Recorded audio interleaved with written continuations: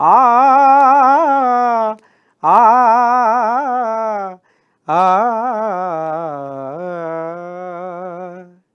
ఈ పాపము ఆపేటి మనసున్న మనిషి లేడా, ధర్మాన్ని కాపాడ కదిలొచ్చే నరుడు లేడా, ఆడ జన్మ అంతమైతే ఈ సృష్టికి మార్గమేది, ఇంతటితో ఆగపోతే రేపటికి లోకమేది, అమ్మేరా ఈ సమస్త జగతికి ఆది మూలము, అమ్మేరా ఈ విశ్వ సృష్టికి ఆరంభము, అమ్మ గూర్చి చెబుటా ఎవరి తరమురా, ఆ ఇలవేల్పును కొలుచుటే ప్రతి ఇంటి వరమురా. అందరికీ శనార్థులు ఏంది కావచ్చు. ఇవాళ మా నర్సయ్య తాత ఏకేకున పొద్దుగాలనే మరి ఇలా అమ్మ రాగం ఎత్తుకొని ఇవాళ ఏఎన్ఎన్ న్యూసు ఇవాళ పేపర్ల జాతకంలో అసలైన జాతకంలో మరి అమ్మ పాట పాడుతుండు ఏంది ఇవాళ మా నర్సయ్య తాత అని మీ అనుమానం. కానీ ఆడజన్మ, ఆడపిల్ల, ఆడబిడ్డ కనబడితే కళ్ళల్లో ఒత్తులేసుకొని చూసి కళ్ళల్లో నిప్పులు పోసుకుంటుర్రు, కళ్ళల్లో మంటలు పెట్టుకుంటుర్రు. ఇగో తమిళనాడు రాష్ట్రంలో ఉపాధ్యాయులే పాఠాలు నేర్పించి జ్ఞానాన్ని బోధించవలసిన ఉపాధ్యాయులే విద్యార్థినులను ఆగమాగం జగన్నాథం చేస్తున్నారట. ఏమన్నా అర్థం సందం ఉందా?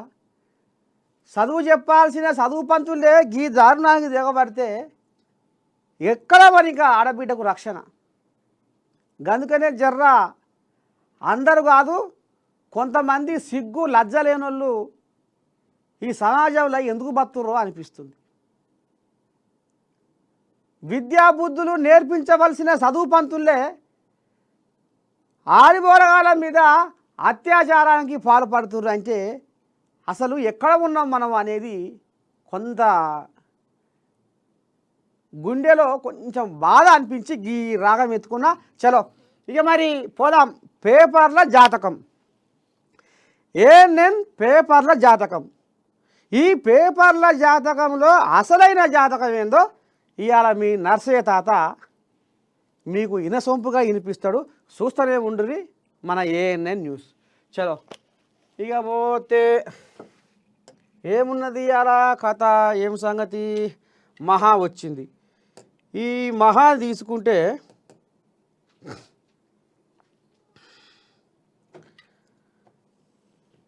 కేటీఆర్ వ్యాఖ్యలను బీసీ సమాజము క్షమించదు. TPCC chief Mahesh Kumar Goud. కులగణన దేశానికే ఆదర్శం, సర్వేలో పాల్గొనని కేటీఆర్, రీసర్వే గురించి మాట్లాడడం విడ్డూరం. ఓకే, అయితే బీసీ కథ ఇప్పుడు ముంగళ పడుతుంది అన్నట్టు. ఇక మరి చూద్దాము ఒకసారి ఈ నమస్తే తెలంగాణలో ఏం రాసినా చూద్దాం దీని మీద.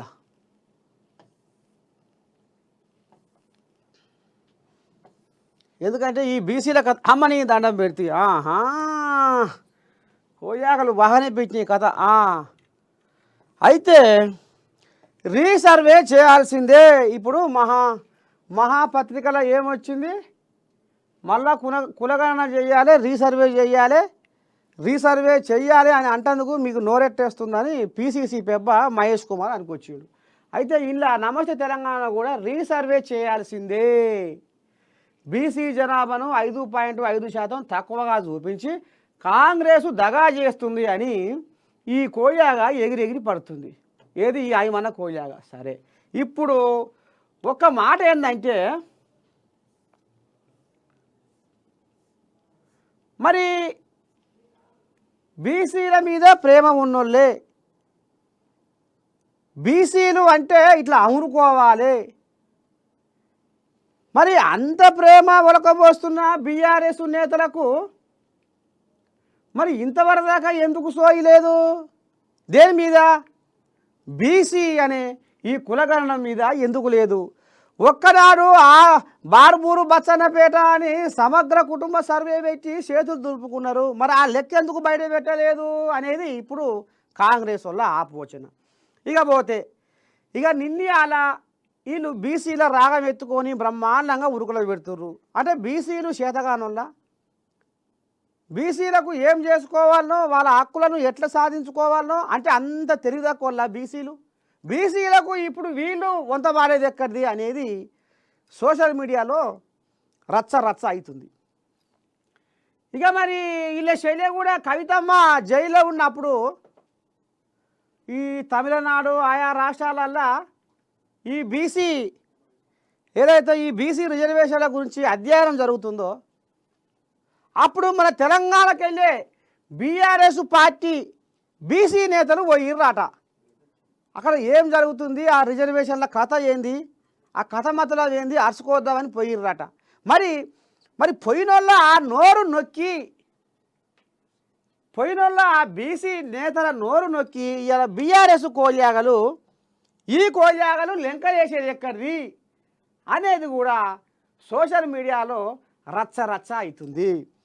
ఇక మరి బీసీలను పట్టించుకున్న పాపాన పోలేదు.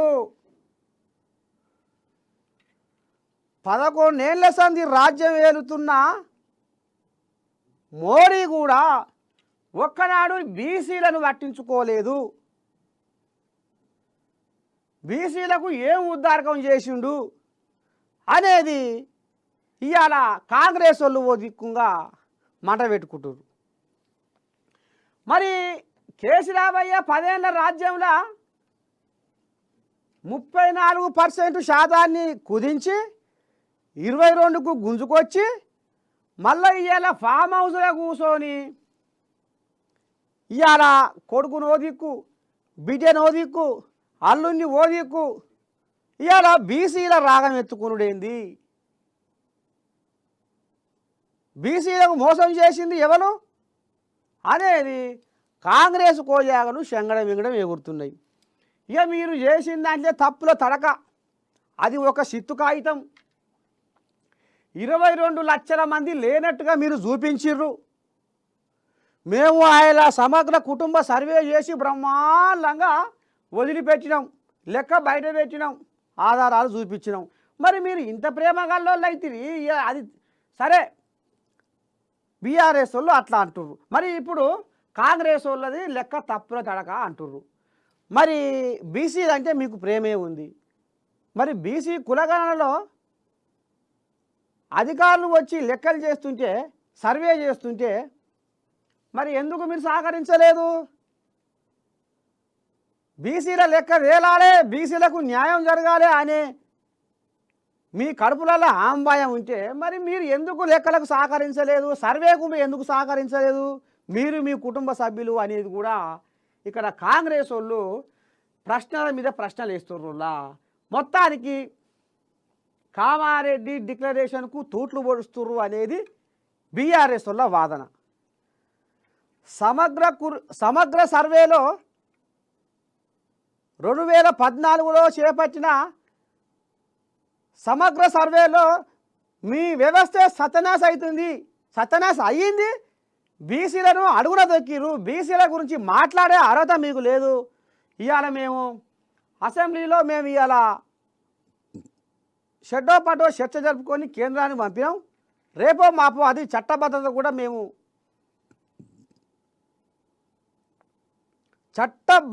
మేము లోబడి ఉన్నాం.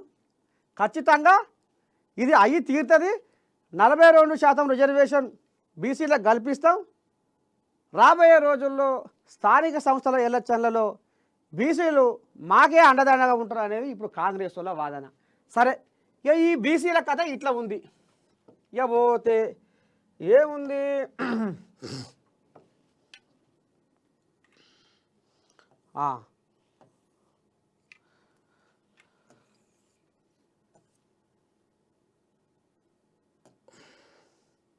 ఇది కేటీఆర్ వ్యాఖ్యలను బీసీ సమాజం క్షమించదు. అయితే ఇది తీసుకున్నాం. ఇప్పుడు దక్షిణాదిని శిక్షిస్తారా? 1 నేషన్ 1 ఎలక్షన్ కాదు, 1 స్టేట్ వన్ ఎలక్షన్ రావాలి. ఆహా, ఒకే దేశం ఒకే ఎన్నిక అంటే ఒకే వ్యక్తి ఒకే పార్టీ. మోదీ రహస్య అజెండా అది. హక్కుల రక్షణ కోసం దక్షిణాది రాష్ట్రాలు చేతులు కలపాలి. ముఖ్యమంత్రి రేవంత్ రెడ్డి కేరళలో జరిగిన మాతృభూమి ఇంటర్నేషనల్ ఫెస్టివల్ ఆఫ్ లెటర్స్ సదస్సులో సంచలన వ్యాఖ్యలు చేసిండట. ఏం పేపర్ ఇది? మహాపత్రిక. అయితే ఇక ఇక్కడ కథ మొదలవి ఏంటంటే జనాభా దామాషా ప్రకారము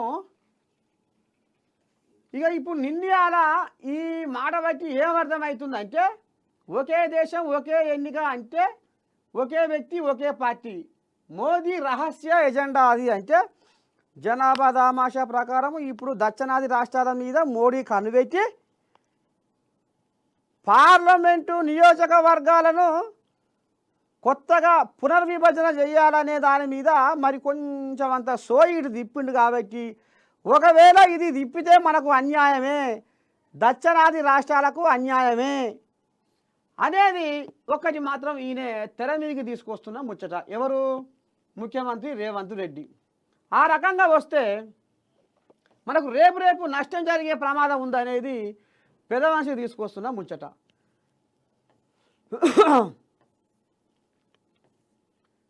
ప్రగతి రథ చక్రాలు ఆగుతాయా? ఈ ఆర్టీసీలు పంచాయతీ చల్లకుండా ఈ ఆర్టీసీల పంచాయతీ కూడా వస్తలేదు, తీర్తలేదు. ఇదేంది? బీజేపీని ఓడించేందుకు కాంగ్రెస్ బీఆర్ఎస్ కుట్ర. ఇదెక్కడి కథరు? రెండు పార్టీలు లోపాయికారి ఒప్పందం చేసుకున్నాయి. అరెస్టుల నుంచి తప్పించుకునేందుకు కాంగ్రెస్తో బీఆర్ఎస్ మిలాఖతు. కాంగ్రెస్ను గెలిపించేందుకే ఈ నిర్ణయం. బీసీల్లో ముస్లింలను ఎట్లా చేరుస్తారు? కాంగ్రెస్ పాలనలో భ్రష్టు పట్టిన విద్యా వ్యవస్థ.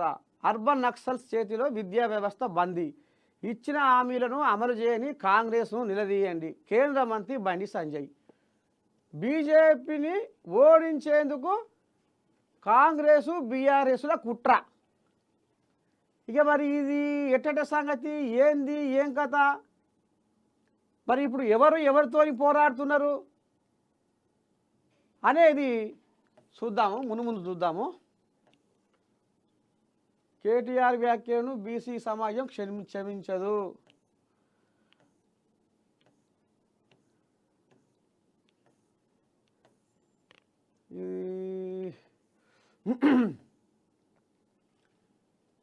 సప్తాహ వేడుకల్లో పాల్గొన్న కంది మౌన శ్రీనివాసరెడ్డి. బంజారా బిడ్డలు బాగానే వచ్చారు. అయితే ఇక్కడ మనం ఒకటి గమనించాలి. ఆదిలాబాద్ జిల్లా జైనద్ మండలం నిరాల గ్రామంలో జరుగుతున్న సద్గురు దాజాజీ మహారాజ్ సప్తాహ వేడుకలకు ఆదిలాబాదు అసెంబ్లీ నియోజకవర్గ కాంగ్రెస్ పార్టీ ఇన్ఛార్జి కంది శ్రీనివాసరెడ్డి సతీమణి కంది మౌన శ్రీనివాసరెడ్డి హాజరయ్యారు. అయితే ఒక్కటి ఉందిలో వీళ్ళకు పేరు. పేదోళ్ళ బాధలు వింటే తన గుండె బరువెక్కిపోతుందని, బీదోళ్ళ కష్టాలు చెబితే తన మనసు చెరువైపోతుందని. పేదోళ్ళ బాధలు వింటే తన గుండె బరువెక్కిపోతుందని, బీదోళ్ళ కష్టాలు చెబితే తన మనసు చెరువైపోతుందని. ప్రజలే తన కుటుంబం అన్నారు, పేదలే తన ఆస్తిపాస్తులని. గుండె నిండా మానవత్వం నింపుకొని ఇవాళ ఆదిలాబాదు ప్రజాసేవా భవన్ పేరు మీద ఇవాళ నిత్య అన్నదాతగా ఒక పేరు తెచ్చుకున్నారు ఆదిలాబాద్ జిల్లాలో. అయితే మరి ఇవాళ వీళ్ళ గురించి మనం ఎందుకు తీసుకుంటున్నాం అంటే కొంతమంది అడగవచ్చు, కింద కామెంట్ కూడా పెట్టుర్రి. చెదిరిన మేఘమే మనిషి జీవితం, చేసిన త్యాగమే ఈ భూమి మీద శాశ్వతం అనేది వాళ్ళు ఇది బాగా గుండెల్లో నాటుకొని మనం భూమి మీదకి వచ్చినప్పుడు మనకంటూ ఒక చరిత్ర ఉండాలి, మనమంటూ ఈ సమాజానికి సేవ చేసి మేలు చేసి ప్రజల నాలుకల మీద మన పేరు నాట్యవాడిపించుకునేటట్టుగా తరతరాలు మరవకుండా ఉండాలి అనే ఒక కార్యక్రమాన్ని పెదమనిషి కంది శ్రీనివాసరెడ్డి, కంది మౌన శ్రీనివాసరెడ్డి ఇద్దరు బగ్గా ఆలోచన చేసి ఆదిలాబాదులో ప్రజాసేవ భవన్ అని ఒక క్యాంప్ ఆఫీస్ కట్టి రోజు వందల మంది కాదు వేల మందికి వాళ్ళు నిత్య అన్నదాతగా మారిపోయారు.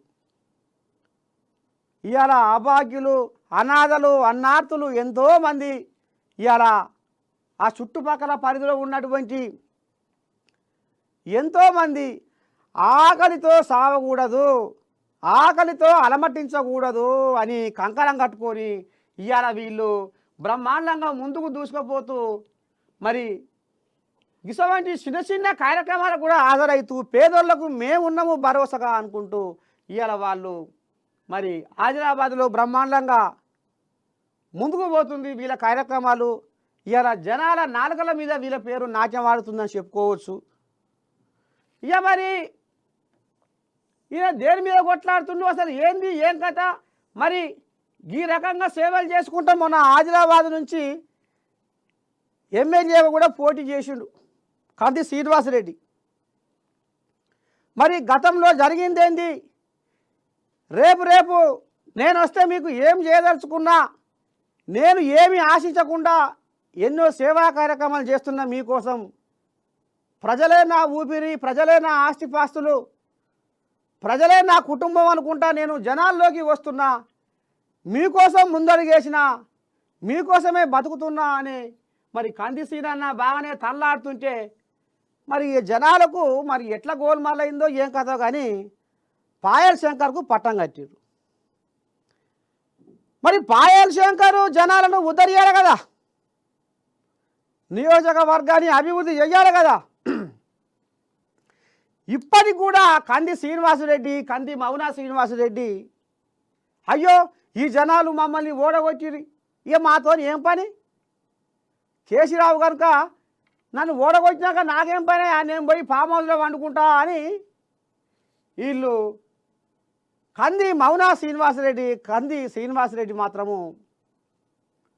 పగలు రాత్రి ఆదిలాబాద్ జనాలకు మేము అండదండగానే ఉంటాం, వాళ్ళకు ఇంకా ఏ కష్టం వచ్చినా మేము ఆదుకుంటాం, మేము ముందుంటాం, ఎవరికి అన్యాయం జరగకుండా మేము చూస్తాం అనేది ఇప్పుడు వీళ్ళు కంకణం కట్టుకొని తిరుగుతున్నారు. అయితే ఇప్పుడు ఈ ముచ్చట ఎందుకు చెప్తున్నా అంటే పాయల్ శంకర్ ఇప్పుడు ఏం ఉద్ధారకం చేస్తుండు అంటే నీ దండం పెడితే ఈ మధ్యకాలంలోనే 110 కోట్ల భూమి మీద కన్ను పెట్టిందట. అది ఏ భూమి, మళ్ళా సర్కారు భూమి. ఎటువంటి డాక్యుమెంట్లు లేకుండా దాన్ని మంచిగా కథ నడిపించి రిజిస్ట్రేషన్ చేసుకొని చుట్టూ పారు కూడా తిప్పుకొని ఇవాళ నాకు ఎవడు అడ్డు అన్నట్టుగా సర్కారు భూమి 110 కోట్ల భూమి, 110 కోట్ల భూమి మరి అన్యాయంగా మరి పాయల్ శంకర్ మింగుతుంటే కంది శ్రీనన్న అట్టట్ట ఉంటుంది అని అడ్డం తిరిగి అది ఆధారాలతోటి సహా బయట పెట్టిండు. ఇక ఆయన అల్లుడు కూడా ఇదే పని అట. ఇక అల్లుడు కూడా ఎన్నో 2 ఎకరాల భూమి కబ్జా పెట్టిండట. మొత్తానికి అవినీతిని రూపుమాపడానికి, సమసమాజ స్థాపన కోసము, బడుగు బలహీన వర్గాల అభ్యున్నతి కోసము కంకణం కట్టుకున్న కంది శ్రీనివాసరెడ్డి, కంది మౌనా శ్రీనివాసరెడ్డి మరి ఈ రకంగా పేదోళ్ళ బతుకుల్లో వెలుగులు నింపడానికి, చీకటి మనసులను వెలిగించడానికి వాళ్ళు నిరంతర పోరాటం చేస్తూనే ఉన్నారు. ఆదిలాబాదు కాంగ్రెస్ పార్టీ ఇన్ఛార్జిగా నా కంఠంలో ఊపిరినంత వరకు ఈ సమాజం కోసమే బతుకుతా, ఈ పేదల కోసమే బతుకుతా, ఎక్కడ ఏ అన్యాయమైనా ఎదిరిస్తా అని పోతుండు. కాబట్టి ఇవాళ సప్తాహ వేడుకల్లో పాల్గొన్న కంది మౌనా శ్రీనివాసరెడ్డి గురించి, కంది శ్రీనివాసరెడ్డి గురించి, పేదోళ్ళ బాగును కోరుకునే ఈ దంపతుల గురించి ఇవాళ మనం చెప్పుకోవాల్సి వచ్చింది. ఇకపోతే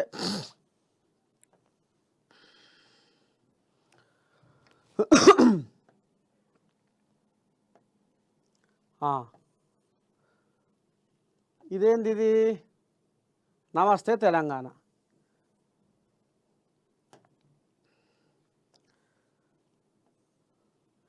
ఎరుపెక్కిన ఇంద్రావతి రామ రామ. ఛత్తీస్గఢ్లోని ఇంద్రావతి నేషనల్ పార్కులో భారీ ఎన్కౌంటర్. తెలంగాణ రాష్ట్ర కమిటీ లక్ష్యంగా సాగిన ఆపరేషన్. మృతుల్లో చాలా వరకు జన మిలీషియా సభ్యులే. తెలంగాణకు చెందిన కీలక మావోయిస్టు కూడా ఉన్నట్టు ప్రచారం. మృతదేహాల గుర్తింపు చేపడితే వివరాలు వెల్లడయ్యే ఛాన్సు. అయ్యో, ఏ తల్లి బిడ్డలో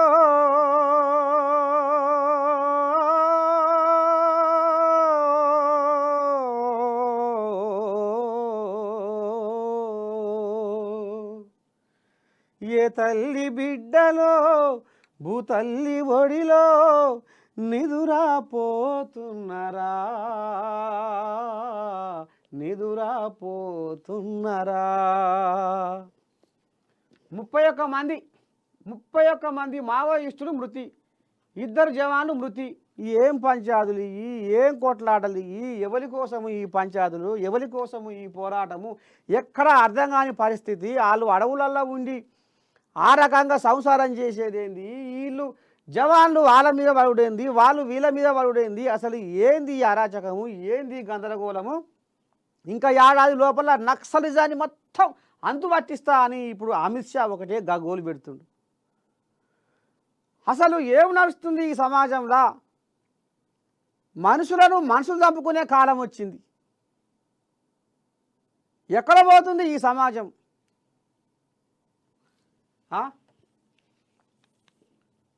దక్షిణాది రాష్ట్రాలు ఏకమైపోవాలి. ఇక ఇది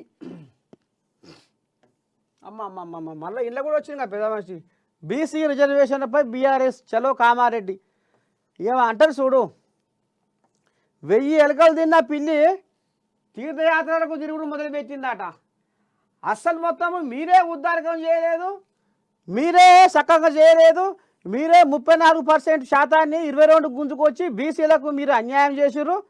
ఇవాళ మళ్ళీ మీరు ఏ ముఖం పెట్టుకొని బీసీల గురించి మాట్లాడుతున్నారు, బీసీల రాగవెత్తుకుంటారు అనేది ఇప్పుడు సోషల్ మీడియాలో నడుస్తుంది, మనం చూస్తూనే ఉన్నాం.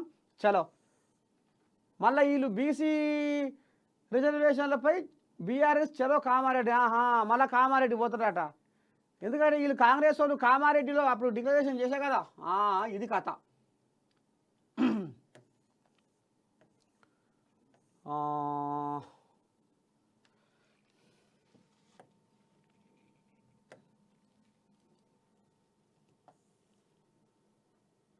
ఇదేంది ఇది?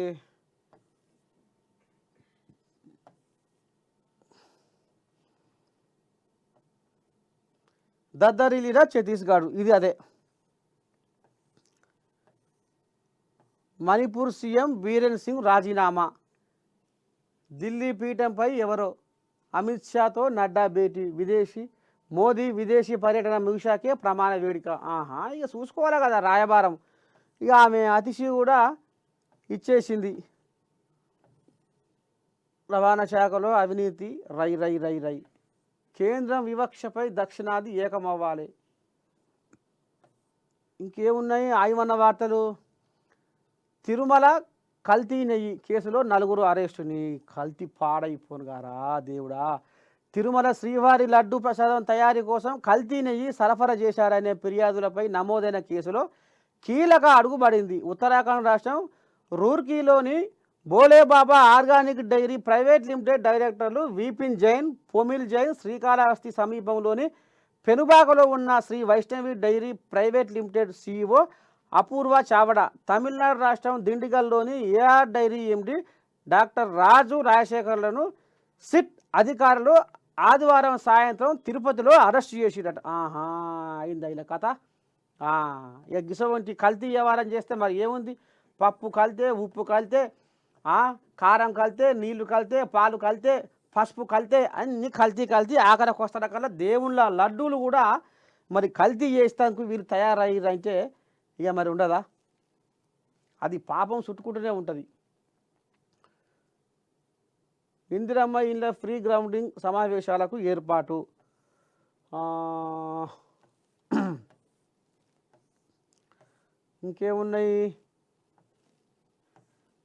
ఇంకేమున్నాయి ఆయమన్న వార్తలు?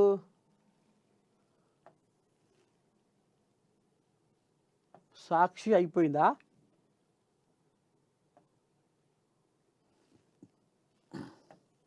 ఇంకేదో ఉండగా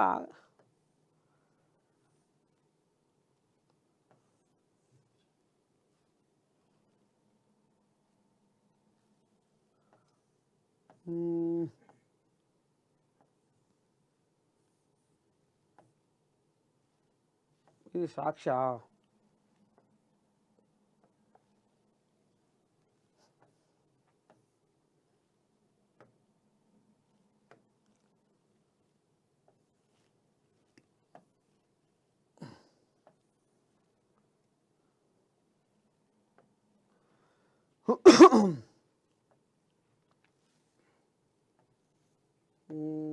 కొండగట్టు ఆలయ అభివృద్ధి ఆపొద్దు. అంజన్న ఆలయంలో ఎమ్మెల్సీ కవిత పూజలు. జగిత్యాల జిల్లాలోని కొండగట్టు అంజన్న ఆలయాన్ని రాజకీయాలకు అతీతంగా అభివృద్ధి చేయాలని ఎమ్మెల్సీ కల్వకుంట్ల కవిత ప్రభుత్వాన్ని కోరింది. అంజన్న ఆలయంలో ఆదివారం ఆమె ప్రత్యేక పూజలు నిర్వహించింది. అనంతరం మాట్లాడుతూ మాజీ సీఎం కేసీఆర్ 100 కోట్ల నిధులతో కొండగట్టు ఆలయ అభివృద్ధికి ప్రణాళిక రూపొందించారని, ప్రస్తుతం ప్రభుత్వం దానిని కొనసాగించాలని సూచించారు. ఆహా, ఇక ఏమలవాడ రాజన్నకు 100 కోట్లు, భద్రాచలం రామయ్యకు 100 కోట్లు, మళ్ళీ పోతే కొండగట్టు అంజన్నకు 100 కోట్లు. ఇక ఈ కోట్లు చల్లకుండా కోట్లు కోట్లు కోట్లు కోట్లు అని ఆఖరికి కల్లా దేవుని నోటికే కుట్లేసిండు పెద్ద మనిషి కేసీరావయ్య. దేవుళ్ళు దేవుళ్ళు దేవుళ్ళు కోట్లు దేవుళ్ళు కోట్లు అన్నాడు. మళ్ళీ ఇప్పుడు ఎంత ముద్దుగా పోయి కవితమ్మ మాజీ సీఎం కేసీఆర్ బీజే 100 కోట్ల నిధులతో కొండగట్టు ఆలయ అభివృద్ధికి ప్రణాళిక రూపొందించిండట, కానీ పైస ఇయ్యలేదట. ఆమె చెప్తుంది. చేసి అనాలి కదా, ఏది లేదు ఎక్కర్లేదు అన్నట్టుగా. ఇక మరి ఏమంటే ఇప్పుడు ఈ తల్లి ఇక మరి ఢిల్లీలో అడుగుపెట్టి ఆ దందా పాడైపోను, ఆ దందాలో అడుగుపెట్టి ఆ సారదంద చేసే వరకల్నే అవినీతికి ఎదురులేని పోరాటం చేసిన కేజ్రీవాల్ ఇక మరి ఈ సారదందల మరి ఆయన భాగస్వామి అయ్యి ఆఖరికి కల్లా అధికారమే ఉత్తబుర్ర అయ్యింది. ఇక ఈ కథ నడుస్తుంది మొత్తానికి. ఎమ్మెల్సీ అభ్యర్థులకు టీచర్ల సంఘాల మద్దతు. ఇక ఎమ్మెల్సీ అనగానే గుర్తుకొస్తుంది. ఎమ్మెల్సీ అనగానే ఇప్పుడు వెళ్ళాక ఏదో వెళ్ళాక వార్త, వీళ్ళ మీద వాళ్ళు వాళ్ళ మీద వీళ్ళు ఒకరికొకరు సపోర్టు, ఒకరికొకరు కథ నడిపిస్తున్నారు. అయితే ఇప్పుడు ఎమ్మెల్సీ ఎలక్షన్లు ఇక ఇయ్యాలతో కథమేమో నామినేషన్. మరి కేసీరావు ఎందుకు ఎమ్మెల్సీ ఎలక్షన్లకు ముందుకు దిగుతలేడు? నిన్న మనం చెప్పుకున్నాం. అంటే లోపటంగా వీళ్ళు పార్లమెంటు ఎలక్షన్లలో బీజేపీ వాళ్లకు బీఆర్ఎస్ వాళ్ళు కొంత కథ నడిపించి కమలం పువ్వుకు అండదండగా ఉండి వికసింపజేసిర్రు అనేది గుసగుస, సోషల్ మీడియాలో గుసగుస. ఇక ఇప్పుడు కూడా ఎమ్మెల్సీ ఎలక్షన్లలో వెనక పట్టు పడుతుండు అంటే లోపటంగా బీజేపీకి కథ నడిపియాలి, లోపటంగా బీజేపీకి విజయం అందియాలి అనేది ఇప్పుడు బీఆర్ఎస్ వాళ్ళు లోపటంగా శీకర్ ఎవరో ఏదో నడిచింది కాబట్టి ఇవాళ ఏ అభ్యర్థిని ముందుకు రాణిస్తలేడు. అసలు ఎమ్మెల్సీ ఎలక్షన్లనే తెర మీదకి తీసుకురాలేదు. ఇదేదో ఉంది లోపటంగా కథ అనేది మాత్రము తేడతెల్లం అవుతుందిలా. ఇక మరి ఇక నాకు కూడా యాళ్ళ అయింది జర్ర ఇవాళ కొంచెం కొంచెం కొంచెం కొంచెం వార్తలే అందించుడు మా నర్సయ్య తాత అనేది మీరు అనుకుంటుర్రో ఏమో. రేపటి సంధి ఒక్కొక్క దాని మీద మనం ఉన్నది ఉన్నట్టుగా, జరిగింది జరిగినట్టుగా, నిజాలను నిర్భయంగా అన్ని పేపర్ల జాతకం, మరి అన్ని పేపర్ల జాతకాన్ని చూసి అసలైన జాతకం ఏందో చెప్తూనే ఉంటా. మీరు చూస్తూనే ఉండాలి మన ఏఎన్ఎన్ న్యూస్. రేపు పొద్దుగాల మళ్ళా కలుసుకుందాము.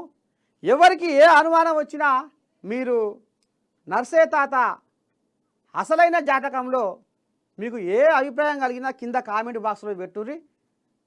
ఉంటా మరి శనార్థి. అందరికీ నమస్తే. పార్వతి.